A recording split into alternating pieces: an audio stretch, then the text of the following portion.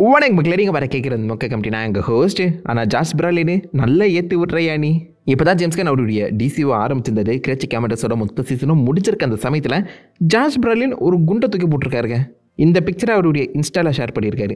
என்னன்னு தெரியுதா? நம்ம பாஸ் லாஜிக் வந்து பார்த்தீங்கன்னா ஜாஷ் பிராலினை டார்க் சைடாக வரைஞ்சிருக்காரு.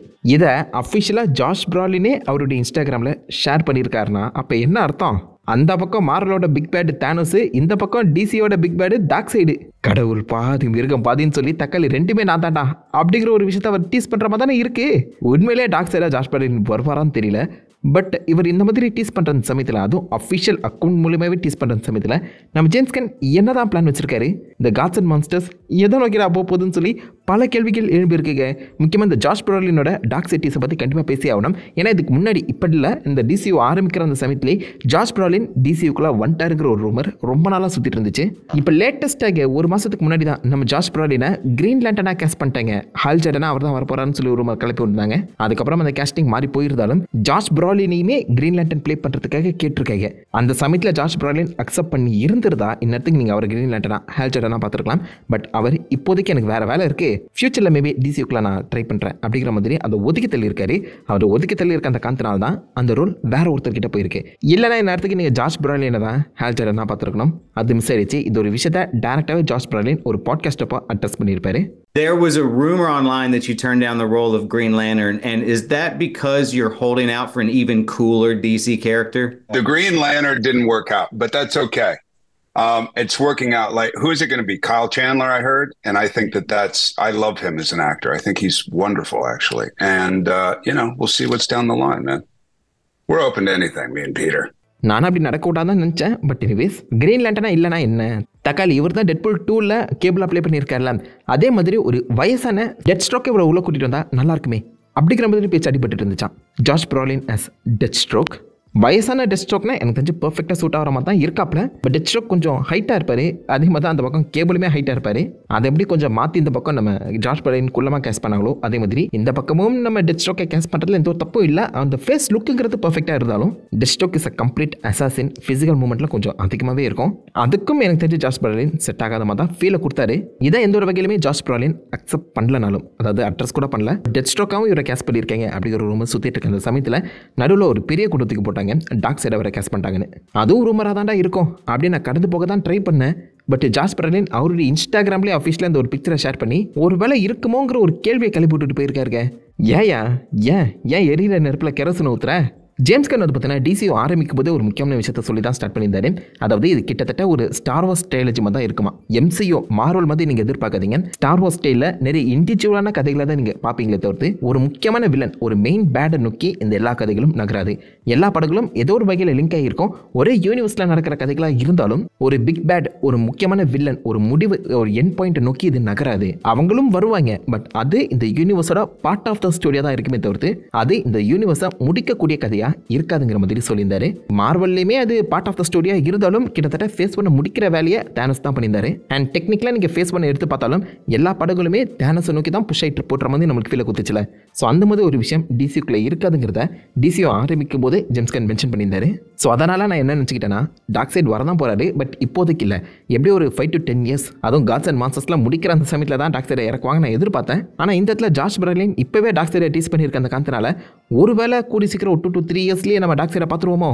இந்த வருஷம் நம்ம சூப்பர்மேன் படம் வருது. சூப்பர்மேனுக்கான அந்த புது சூப்பர் போல் டீசர் வந்து பார்த்தீங்கன்னா கூடி சீக்கிரம் வரும் சொல்லி எதிர்பார்க்கப்படுது.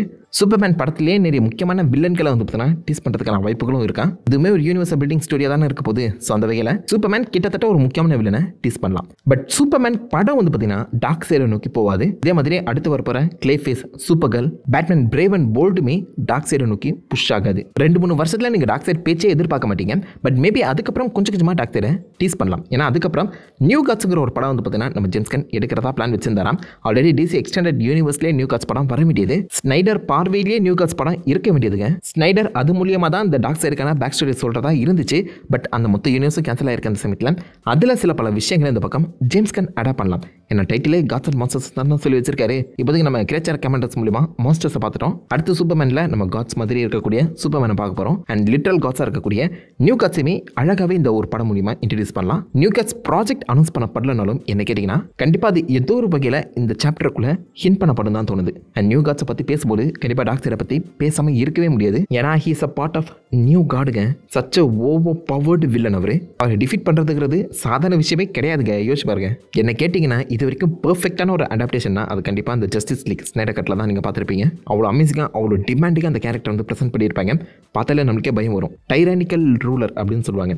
தானோஸ் மாதிரி ஓரளவுக்கு நல்லவெல்லாம் கிடையாது அவன். ஐ மீன் காமிக்கில் தானோஸ் பயங்கரமாக இருந்தாலும் மூவிஸில் நீங்கள் பார்த்தீங்கன்னா கிட்டத்தட்ட நல்லவங்கரமாக தான் தானோஸை புஷ் பண்ணியிருப்பாங்க.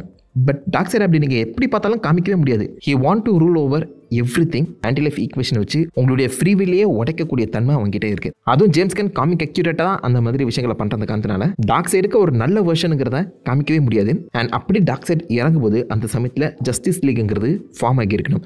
இப்போ தான் நம்ம சூப்பர்மேனே பார்க்க போகிறோம். பட் இந்த சூப்பர்மேன் யூனிவர்ஸில் ஆல்ரெடி எஸ்டாப்ளிஷ் பண்ணப்பட்ட சூப்பர் ஹீரோஸ் இருக்க தான் செய்கிறாங்க. ஜேஎஸ்ஐ இருக்குங்கிறத அஃபிஷியலாகவே ஜேம்ஸ் கன் கன்ஃபார்ம் பண்ணியிருக்காரு.